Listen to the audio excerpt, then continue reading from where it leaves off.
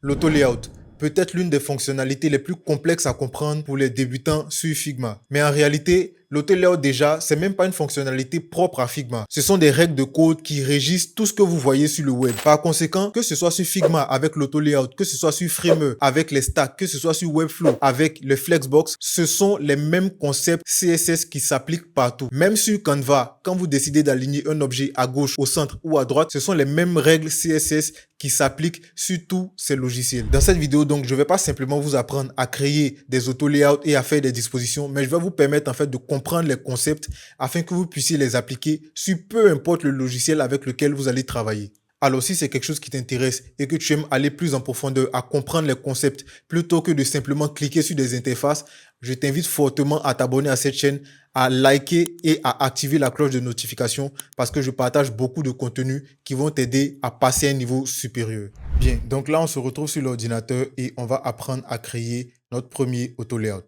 La première des choses que vous allez remarquer sur Figma, c'est que sur l'interface, on n'a aucun bouton qui nous permet directement de créer un auto-layout. C'est tout simplement parce que l'auto-layout se crée à partir d'un objet. Donc pour commencer, on va créer un frame comme ceci. Voilà. Et on va lui ajouter en fait la fonction auto-layout. On a deux options. Soit on sélectionne le frame comme ceci, on fait clic droit et là on vient sur la mention Add Auto-layout ou alors raccourci clavier Shift A. Ou on peut sélectionner le frame et venir ici dans la fenêtre des propriétés, on aura l'option Layout qui signifie disposition. De base, quand on crée un frame, il est en freeform, ce qui veut dire que les éléments contenus à l'intérieur du frame pourront se déplacer de manière libre. Si je rajoute par exemple ici un élément à l'intérieur, je peux voir que je peux le déplacer avec ma souris comme je veux, de façon free. Voilà, comme le nom l'indique, tout simplement. Voilà.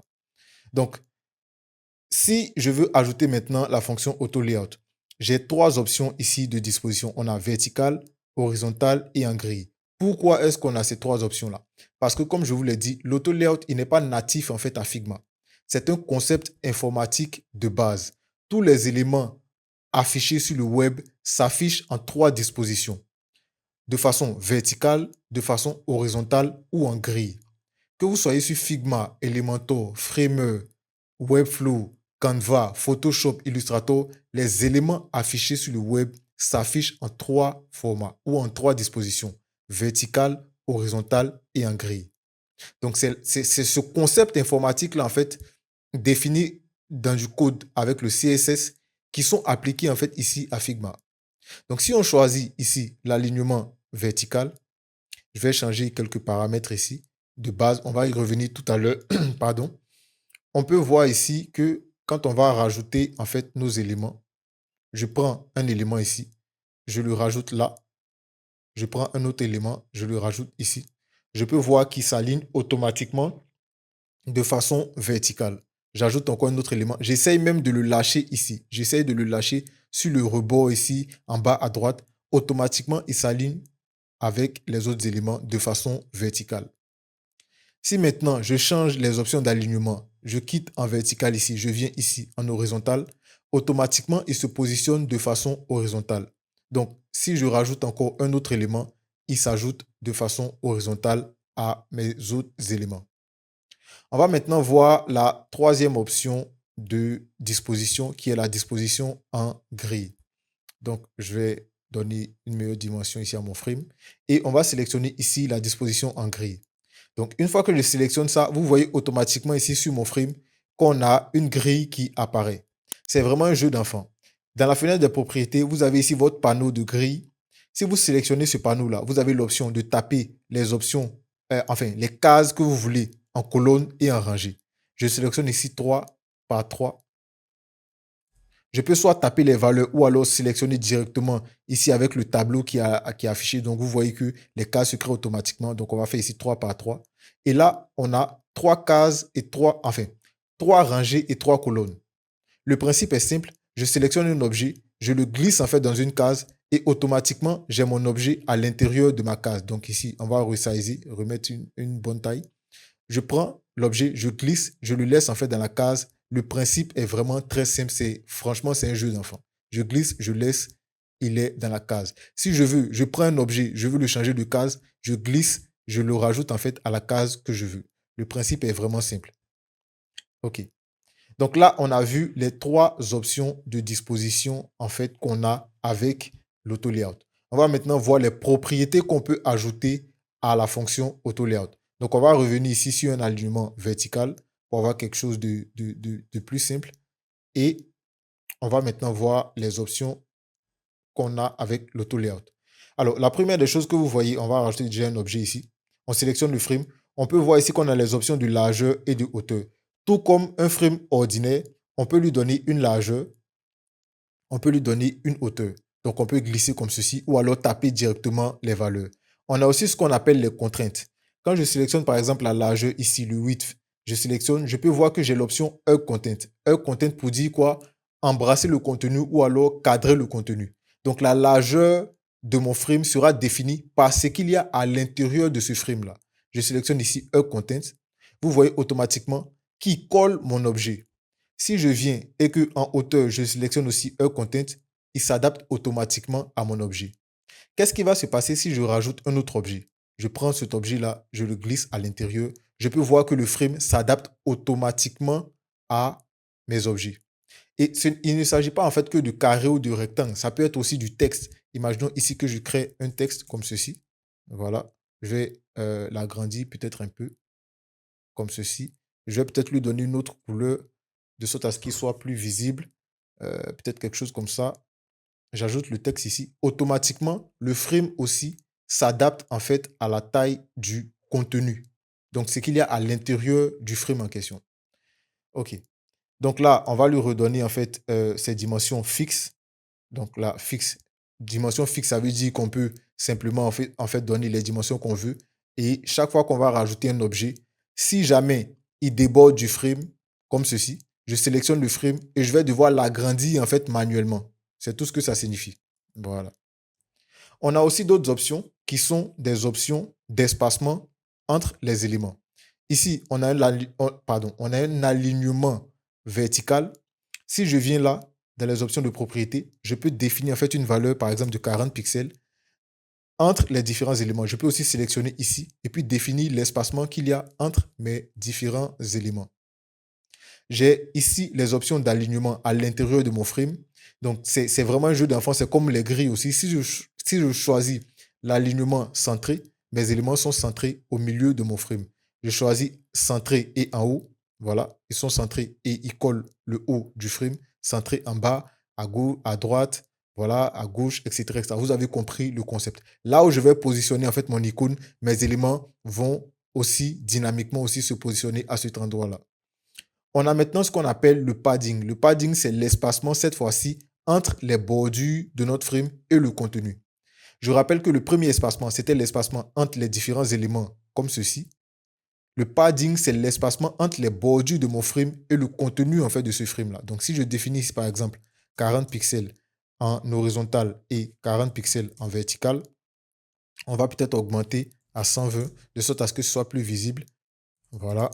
Vous voyez maintenant que quand je me rapproche de mon frame, j'ai des marges ici, ce qu'on appelle le padding, qui oblige en fait mon contenu, mes éléments, à ne pas coller en fait les bords. Donc, c'est comme si cet espace-là ne doit pas être utilisé. Donc, mes éléments à l'intérieur vont simplement utiliser le reste de l'espace disponible, mais ils ne vont pas entrer dans cette zone-là qui est le padding. C'est une sorte de marge tout simplement. Voilà. Excellent. Donc, vous avez appris les bases de l'auto-layout. Vous avez appris à rajouter des options de disposition. Vous avez appris à rajouter des propriétés, des options de padding et à gérer l'espacement. Là, maintenant, on va essayer de faire un cas pratique d'auto-layout. Ici, ce qu'on a à l'écran, c'est un composant, tout simplement, qui représente en fait l'expérience de travail. Donc là, on a les années d'expérience, le poste, l'entreprise, etc., etc. Donc, c'est un petit composant juste pour s'entraîner. On peut voir ici qu'il est dans un auto-layout ici vertical, comme on peut le voir ici à l'écran.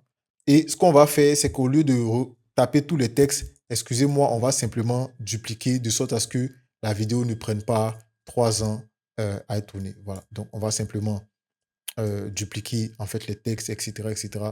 Mais ils ne seront pas dans un auto-layout. Ne vous inquiétez pas, ce ne sera pas en fait de la triche. Donc, on va sélectionner nos éléments. Voilà, comme ceci. Et on va simplement les dupliquer. Donc, comme vous pouvez le voir, ils sont libres. Ils sont pas, c'est vrai qu'on les a dupliqués, mais ils sont pas dans un auto-layout. Regardez, je vous montre. Ils sont pas alignés du tout. Voilà. Ils sont pas alignés du tout. Donc, on va essayer maintenant ensemble de recréer en fait cette structure-là auto-layout. Alors, la première des choses en fait à comprendre, c'est qu'il faut apprendre à reconnaître en fait les structures. Les éléments affichés sur le web sont regroupés la plupart du temps en blocs. Qu'ils soient en auto-layout ou pas, ils sont constitués en blocs. Quand on sélectionne cet élément-là, même quand on ne le sélectionne pas, quand on passe dessus, on peut voir qu'il nous présente en fait les différents blocs à l'intérieur de la structure auto-layout. On a déjà le titre ici qui est seul, il n'y a pas de problème. Mais les éléments en bas ici, par exemple, sont constitués en blocs. Et à l'intérieur de ce bloc-là, il y a encore d'autres blocs, donc probablement d'autres auto-layouts. Quand on double-clique à l'intérieur pour voir les éléments, on peut sélectionner cet élément-là et voir que ici, on a un auto-layout aligné de façon horizontale. On sélectionne celui-là aussi, on a un autre auto-layout aligné de façon horizontale.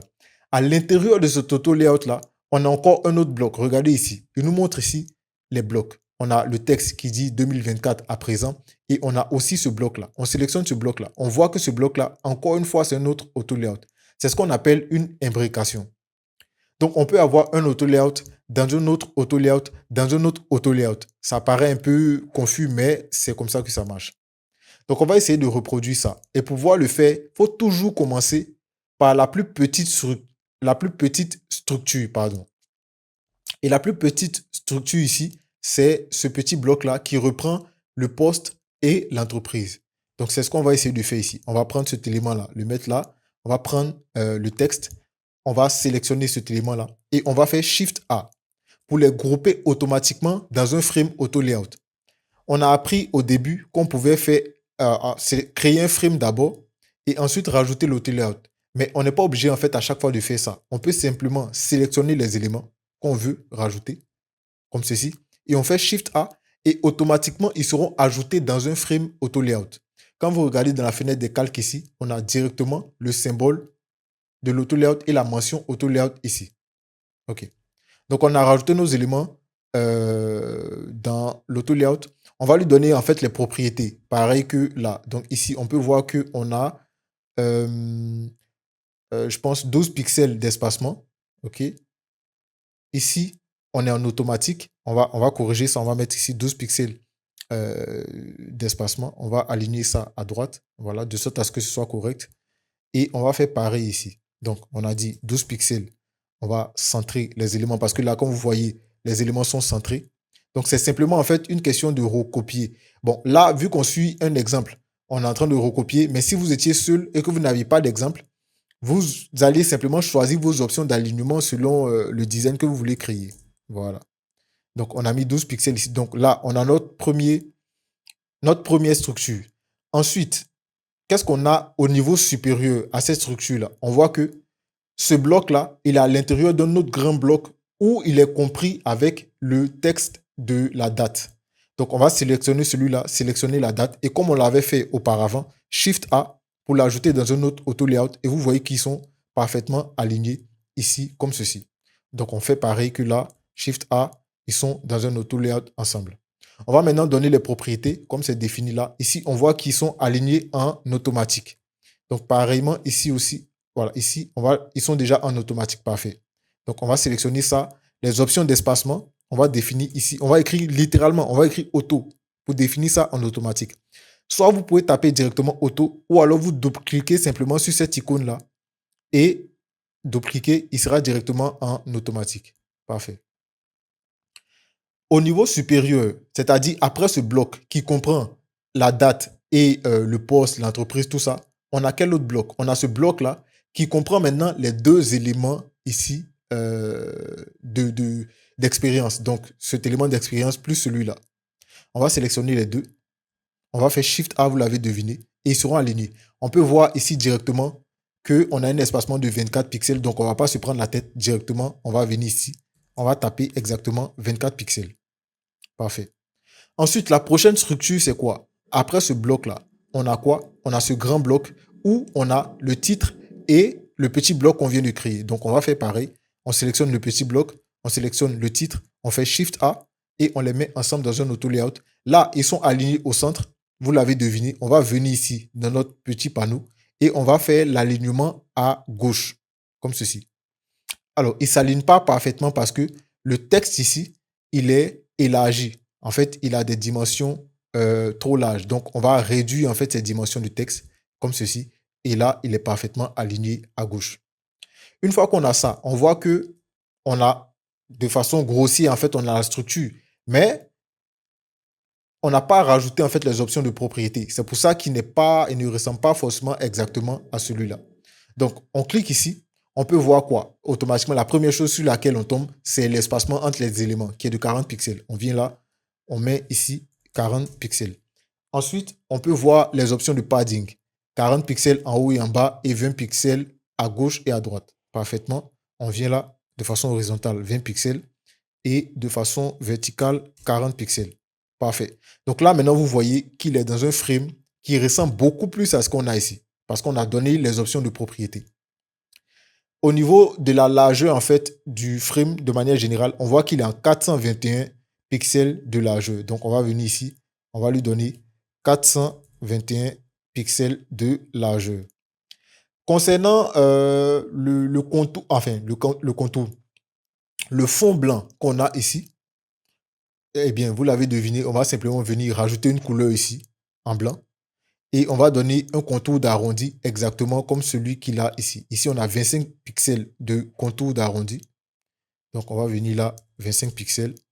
Et je pense même qu'on a un contour, une couleur de contour ici. Voilà. Donc, 10% d'opacité sur la couleur noire. On va venir ici, rajouter un stroke qui signifie simplement contour. Et on va mettre 10% d'opacité là. Et là, de façon simple et assez rapide, on vient de recréer notre composant complètement dans une structure auto-layout. Donc là, si on essaie de déplacer, en fait, par exemple, cet élément-là, on voit qu'on ne peut pas, il revient à sa place. Là, je fais ça, il revient à sa place. Je prends ce bloc-là, je fais ça, il revient à sa place. Il est bloqué, en fait, dans une structure auto-layout. Vu qu'il est aligné de façon verticale, bien évidemment, je peux échanger les positions, mais je ne peux pas les déplacer, en fait, de façon libre, comme dans un frame, en fait. Voilà. Donc voilà les amis, j'espère que ce tuto vous aura appris beaucoup sur la fonction auto layout.